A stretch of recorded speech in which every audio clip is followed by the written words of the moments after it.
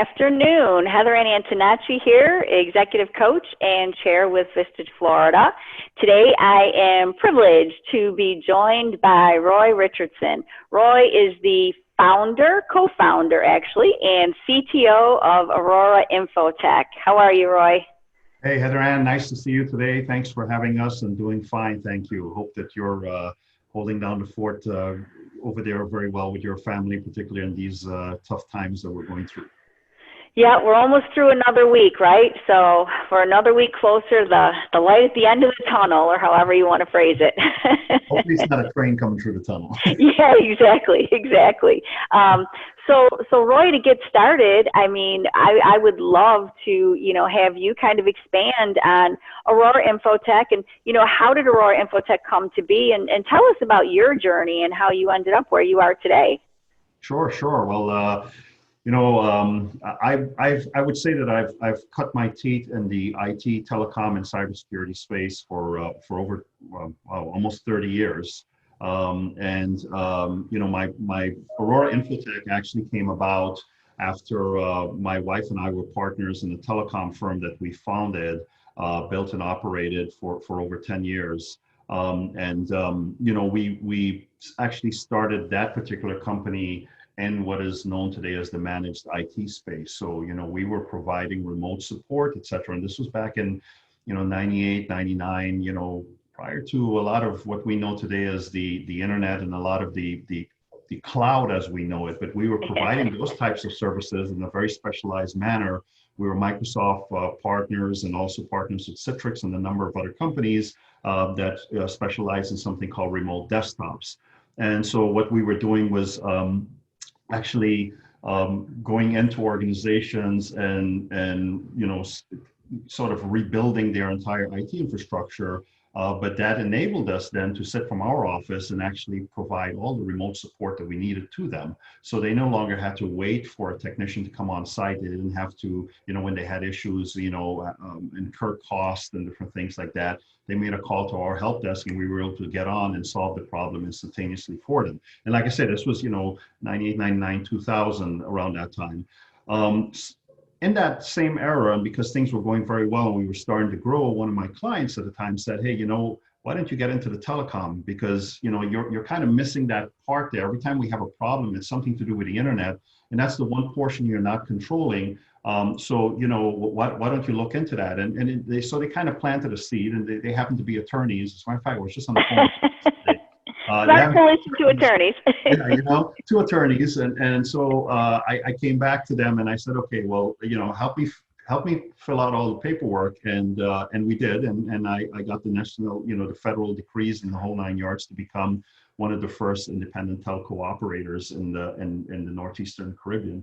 And so we launched and I would say that we grew piece by piece. Over a 10-year period, very successful run. We didn't even realize we were having fun. We had about a staff of 20. We were having a lot of fun. Everybody enjoyed doing what we were doing. But it was not until 9 years later that the government actually commissioned a study that we realized from that study was a market study in telecommunications that we had actually captured 65% market share. Wow. And it was not true. We never spent marketing, nothing like that. It was just, we took a lot of pride in the security of our networks, the uptime, reliability. And one of the things that we did when building our company is we took a look at what else was out there, what were their strengths, but we focused a lot on what were the weaknesses of our competition. And one of the areas that was extremely, that everybody scored negatively on was customer care and customer service. And so that became for us. That's kind of sad that that's where they would score negative. But it created an opportunity for us, and so we built our company on the foundation of the customer being having the utmost of service, and so everything that we did was along that lines and those lines, and so when I mentioned about not doing any marketing, we grew because of word of mouth because the customers. Okay.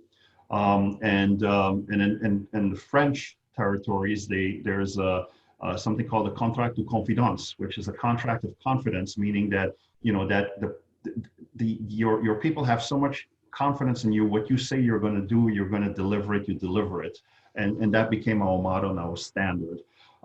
So in that process, I would say, Heather Ann, we were always involved in cybersecurity. Some of the, we had we built our own independent telco network, and then we started picking up some very, very big customers, including the government, military, air traffic control systems, besides businesses and everyone else. And some of these had some really, really, when you're in telco, your requirements and your compliancy requirements, I would say, particularly as regards to security, are extremely high, much higher than what we know in traditional cybersecurity today. And so, after we sold the company, and we still remain in consultancy role, I would say. But my wife and I were having a discussion one day, and she said I had actually moved on to work for someone else, and as a small gig, and then she said, you were never as happy as when you were on your own, and why don't you look into doing X, and that's where the cybersecurity came out, and was it known, Roy? Was it known as cybersecurity then? I mean, was it referred to as cybersecurity? No, and that's what I tell people. It's that we were involved in this field before there was an official name. Okay. And no, it's not known as cybersecurity. And to be honest with you, one of the things that we are always been extremely passionate about is the security of our networks and the security of the data that traverse our networks and the security of our customers. And so, after spending 10, 15 years working in that field and working with, literally thousands and thousands of subscribers and networks and connectivity points, and, traversing other people's networks and making sure that data was always secure, et cetera.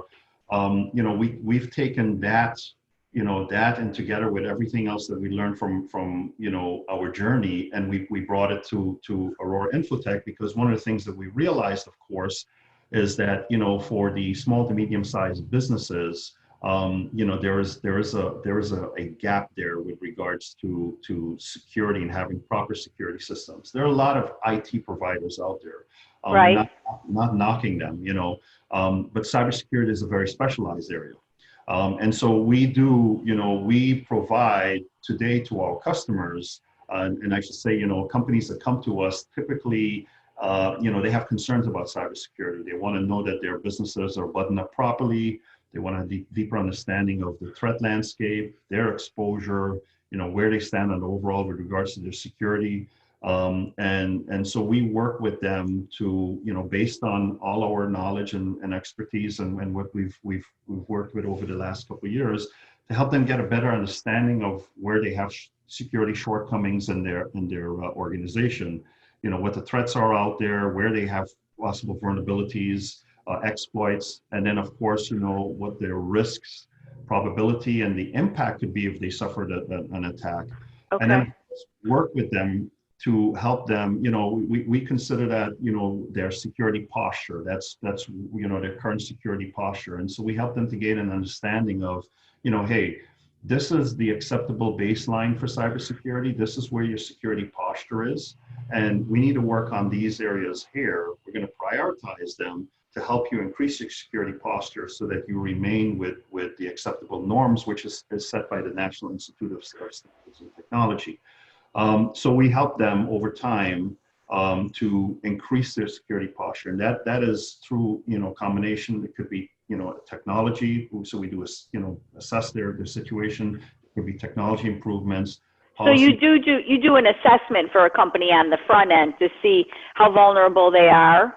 Yes, we do. Okay. We assess them. We need to have a snapshot in terms of where they are to be able to diagnose for them. Okay. If not, we would be the doctor that people come into. Before listening to them, we actually just write the prescription and give it to them. So yes, we do an assessment, and we do a security assessment. It enables us to obtain a baseline of where they stand, what the issues are, and there are different levels of security assessments, but at the most basic part, I would say that it gives us an idea of what the risks, the threats are, the probability and what the impact could be on their organization. And then of course we quantify that for them based on, you know, certain things that we may find during the assessment in terms of, you know, if you were to have a breach today, based on all the things that you would have to go through, you know, to mitigate that, this is what your potential financial costs could look like.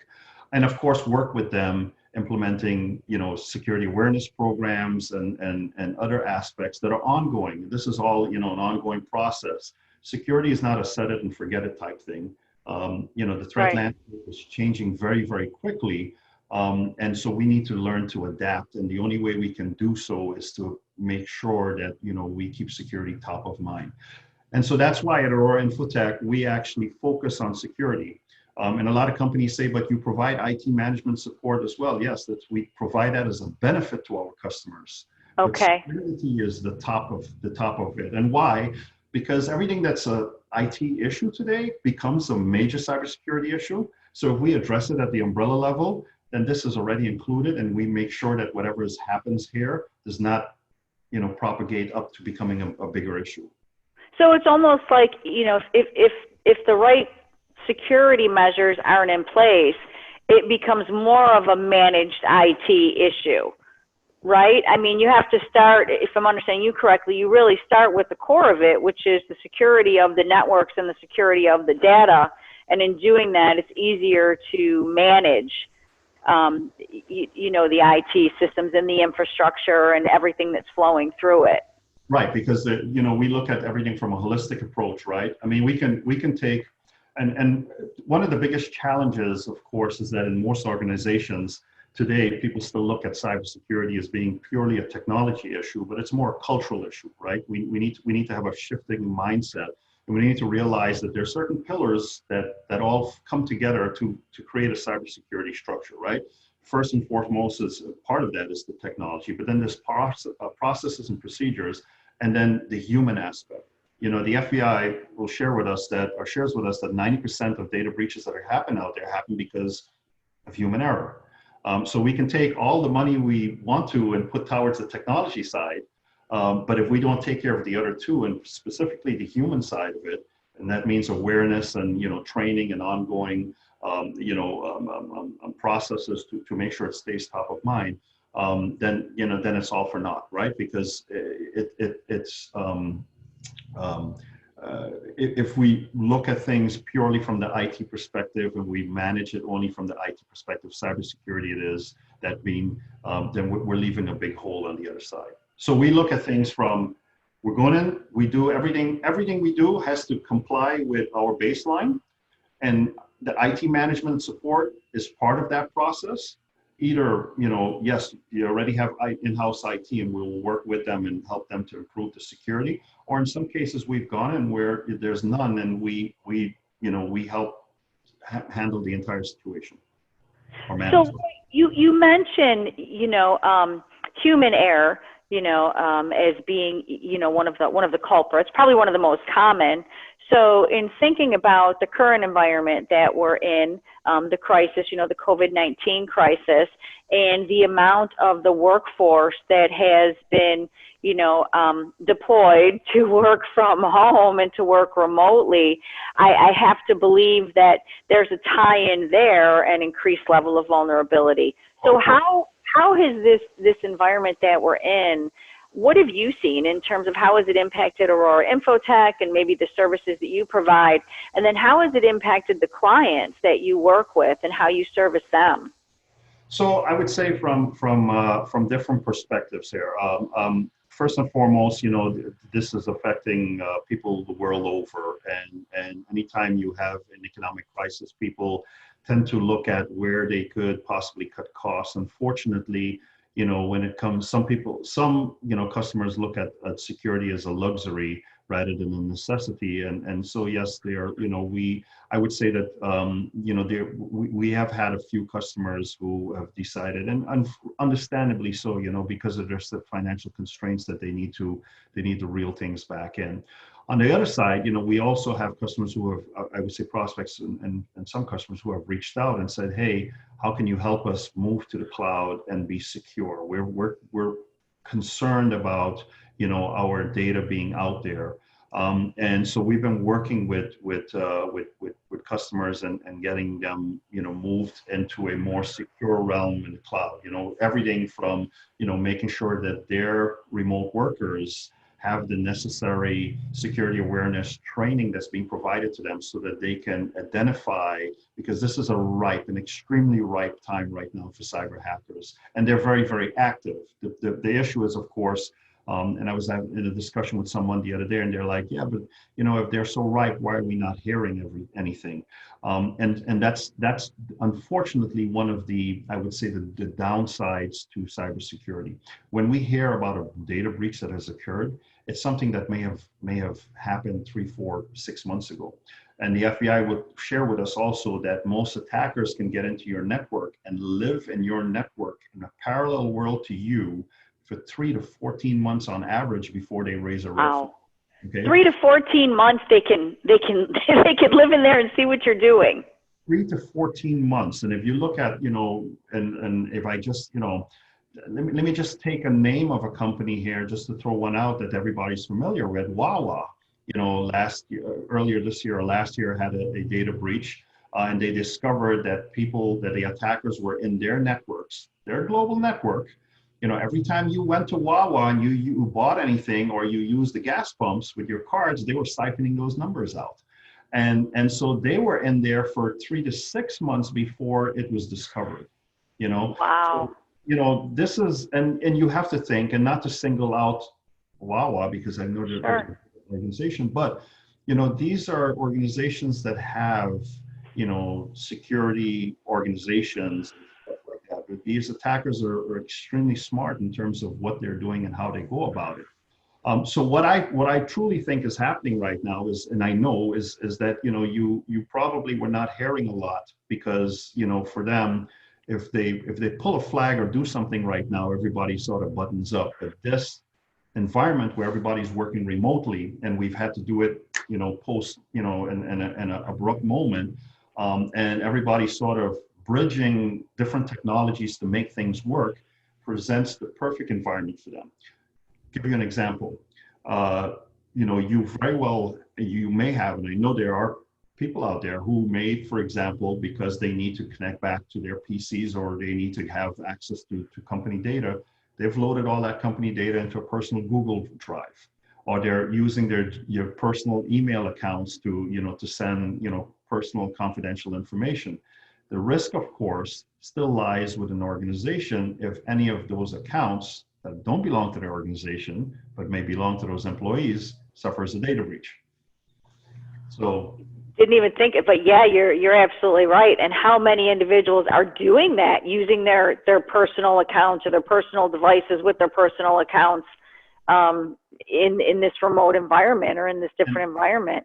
And then you have the other aspect, right, where you have a lot of remote workers that are out there, and maybe their IT departments have set up a VPN or a virtual private network for them to securely get back to the company, but they're working on their personal PC, and you have no way of controlling what happens on that PC. If they go to a site, that downloads some type of backdoor, now all of a sudden the attacker has access to their PC and they can jump in that security tunnel and get into the corporate network. So there are a lot of gray areas. And I think that, to be honest with you, you asked for a bit of, where are things going to go? Yeah. I think that what we're going to see here is, over the course of the next 6-12 months, we're going to start seeing a lot more data breaches than we experienced before, primarily because a lot of that would have happened in this particular time here. I would say 6 to 14 months. Let's take the average from the FBI, because that's about around the time that they say that they remain dormant. The other part that we're seeing out there is a lot of fraudulent activity also centered around COVID. There have been a lot of companies that have been sent, emails, what's called business email compromise. Hey, because of the situation, we had to change our bank account. Can you please wire the funds to this account? Okay. And all of a sudden, the funds are wired, but it's not the person who's expecting the funds, Yeah. funds, you know. Well, Those and there's so much information out there now, to your point, for individuals to be able to decipher, navigate through it all and decipher and determine what is, what's credible, what's legitimate, and what could potentially be fraudulent, or a scam. Yeah. Yeah, and that's where the security awareness training and constant testing is important to keep that top of mind. And unfortunately, a lot of organizations out there don't, they will do a webinar or a seminar. But, I always tell people, look, the best of the best that's out there in the sports world practices every day. The LeBron Jameses and you name it, going back, and whichever sport you wanted to pick an icon in there, and they practice every day for hours and hours. Why? Because they have to improve their skills, and they have to know, they want to be in a position where it becomes second nature. Now, if we take someone, and imagine you that, and here's a great example, for example, maybe a question that some people should ask themselves: if you got on board an aircraft and you were sitting at the gate, and the pilot came on and said, welcome, aboard, blah, blah, blah, blah, blah. God, I haven't flown in 20 years. I hope I know how to fly this. But don't worry, I'll get there. What would your action be? Would you sit there, getting up and getting your bags and moving, right? I think Yeah. I'm thinking, right? And it's no different, for example, that if you were sitting in the same aircraft waiting to, at the gate, and all of a sudden they came and said, we have a small technical problem. We're having a problem with the door closing. The latch is not working well, but don't worry. Our engineers have figured it out, and they're going on to Home Depot, and they're going to come back and say, I hope that never happens. but these are the types of things that we do in our business and our technology. And this is where we take risks in those areas when it comes to security that we would normally not take in our normal lives. But we never correlate the two.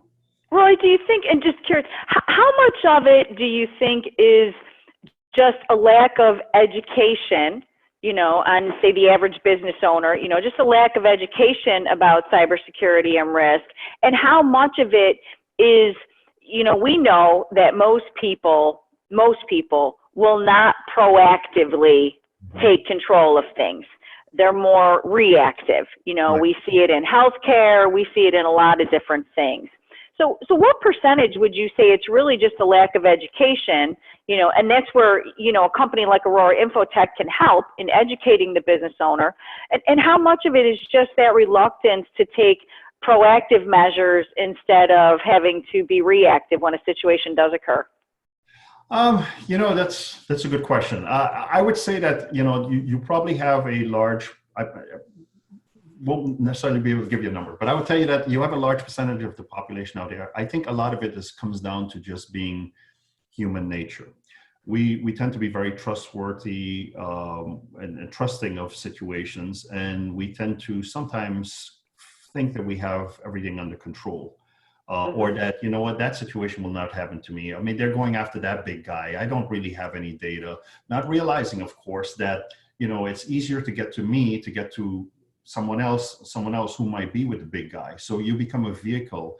And more importantly, and if you take a look, particularly with ransomware, over the last year or so, the amount of payouts that just continues to increase, I mean, it's crazy what's happening out there.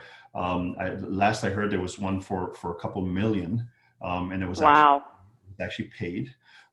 Here in Orlando, I know of certain companies that were hit, and they actually paid. But the attackers know that, and they know that data is the new currency. So as long as they can get their hands on it, and they know, of course, that we tend to be reactive versus proactive. So as long as we continue to take this reactive, it won't happen with me, etc., or I have things under control, we're just putting ourselves out there to become targets. So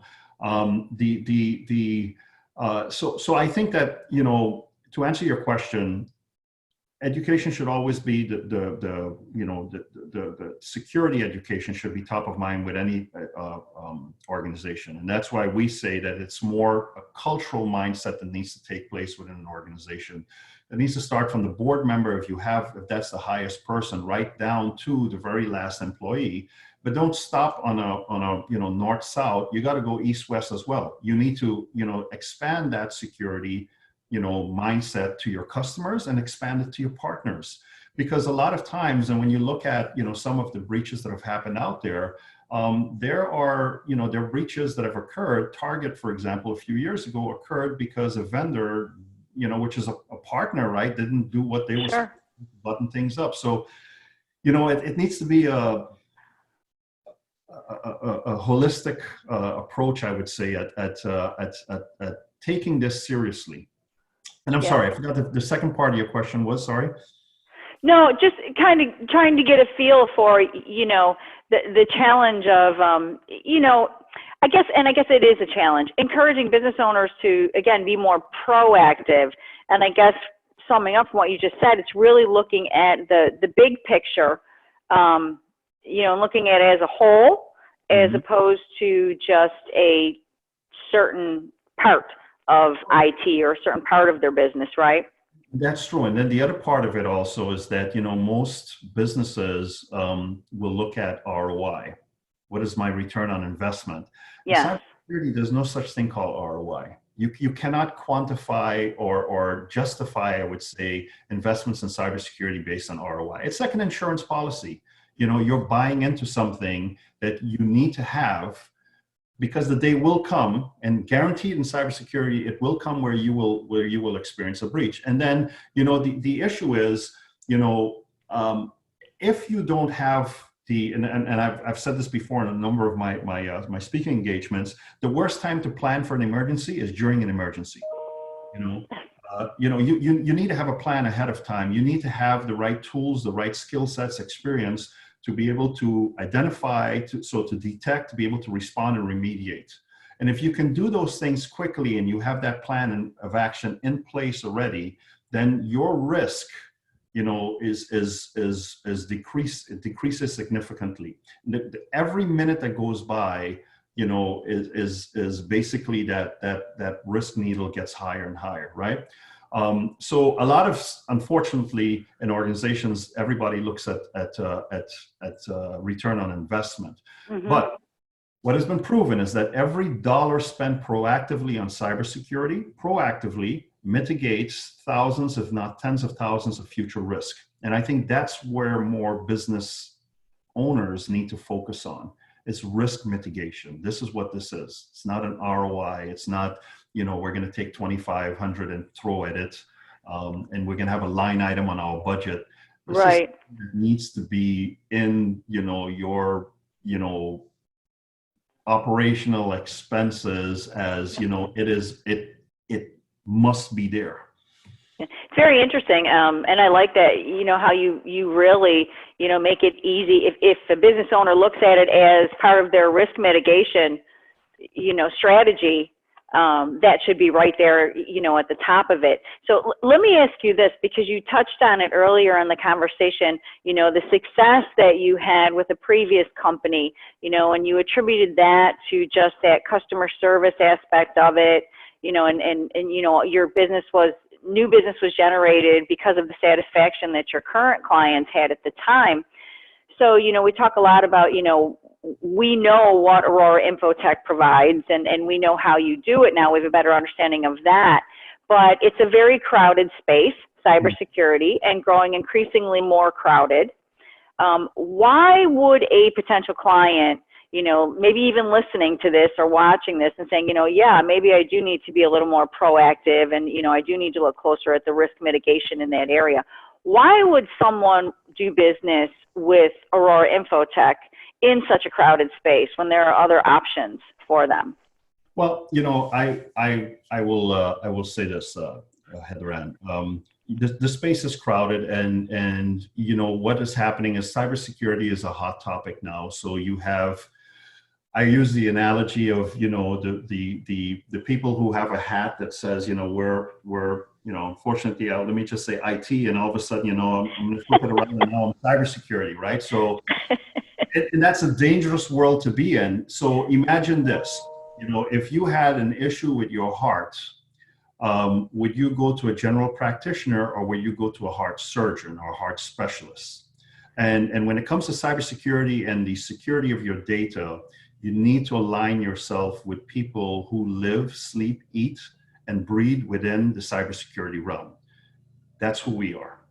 We have a network of partners that we're aligned with, and we're part of various accountability groups where we hold ourselves accountable to everything in terms of what the latest threats are, et cetera. My security operations center is staffed by chief information security officers that all they do is look at our customers' networks and maybe, jump in, remediate issues. Because a lot of times, and this is something that people don't understand, and unfortunately, when we explain it, the light goes off, but sometimes it doesn't really sink in. The mouse issue that Mary is having in accounting, and the printing problem that Paul is having over in purchasing, and the slow computer that Jim is having, over and I don't know, in the other part of the company, may actually be correlated events and that are indicative of a hacker being on your network, or that you may have some type of cyber related attack activity taking place. But if you don't have the people who have the skill sets and the knowledge to be able, and the tools to be able to see that and correlate those different events, then of course they get dismissed as trouble tickets. And that's where the issue is. So what I will tell you is this: we bring 30 plus years experience of managing complex infrastructures that need to be highly, highly secure. We, take great pride, and we're extremely passionate about security. Everything we do is from the standpoint of security. Yes, we'll help you manage your IT. Yes, we'll help you align your technology with your business processes. Yes, we'll become that trusted advisor for you and that VCIO, or whatever role you want us to play. But it's all centered around security, and that's where we separate ourselves from traditional, I would say, IT companies who are now trying to spin the hat. That's fantastic. That is, at the end of this, I want to make sure that we let everyone know, if they did want, an assessment or talk to you a little bit more about any of this, how to be able to get a hold of you and Aurora Infotech. But I am going to ask you one last question, and it's not really cybersecurity related, and it's probably going to be the hardest question of this entire interview, because I think the rest of this stuff, you live and breathe it 24/7, so it's pretty easy for you. But if Roy Richardson could put together a leadership advisory council, and these would be 3 individuals, it has to be limited to 3, who you could go to with any personal or professional challenges and ask for guidance, I'd like to know who those 3 individuals would be and why you chose them. And here's the thing: they have to be real people, so alive or past, but no fictitious characters. So who would your leadership advisory council be, and why would you choose those people? Batman, Superman, Wonder Woman. No, just no, we got to rule them out. No, wow. Okay, so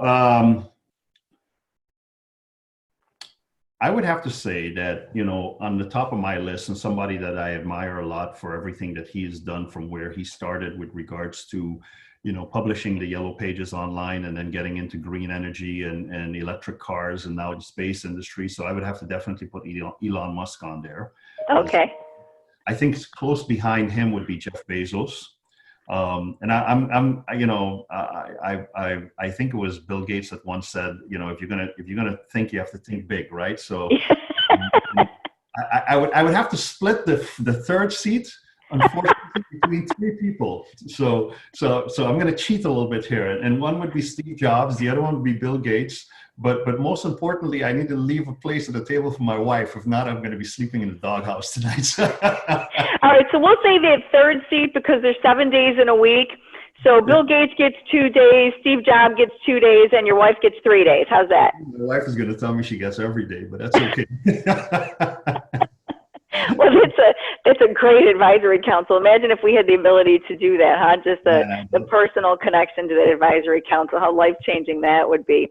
So this is really, I've enjoyed the time. I think you have done a lot to, educate, business owners and business executives that are listening, even some of us who just, don't have a big business, but, we do a lot with technology, and we operate our business via technology.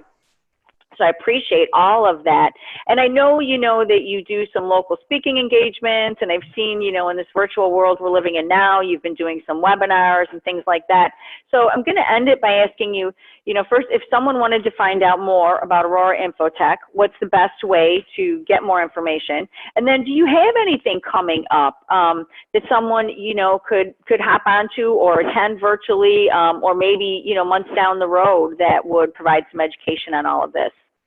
Sure. So thank you. First of all, let me say thank you very, very much for this opportunity. I really enjoyed our time together, and thank everyone who's listening in or viewing this. There are a couple of ways in which you can get in touch with me. First of all, look me up on LinkedIn, Roy A.J. Richardson. Secondly, on our website, aurora-infotech.com. We have a ton of information there. We also have a YouTube page where we have some cybersecurity tips that we push out, etc., and any type of video recordings we're putting up there. But you can also go on Amazon and look up my book, which is called Hack Proof Your Business. It's a book I co-authored with 11 other cybersecurity and IT experts from around the world. And we wrote it as a cybersecurity guide for business owners and executive leaders so that they can have a deeper understanding on what cybersecurity is and the steps that they need to take, or should take, I should say, to help secure their business and improve their security posture. So those are some areas. And yes, I do have a couple web sessions coming up. No firm dates as yet, but please reach out to me. And I'll be happy to share with you. And if anyone would like to have anyone on here would like to have because we're on with you, Heather Ann, I'll do this. Want to have a free copy of my book, reach out to me and mention this podcast with Heather Ann, and I will make sure that we get you a copy, a signed copy. That's fantastic and very generous. So I look forward to seeing what you're going to put out there. And of course, it's always educational. And I've learned so much just in the time that I've known you. So I appreciate you taking the time today, and stay safe, stay healthy, and just keep doing what you're doing, because I applaud you for the great success that you're having on educating business owners. It's a very important issue, especially right now. So thank you, Roy. Well, thank you. Thank you for what you're doing, and you keep doing what you're doing, and stay safe. Thank you.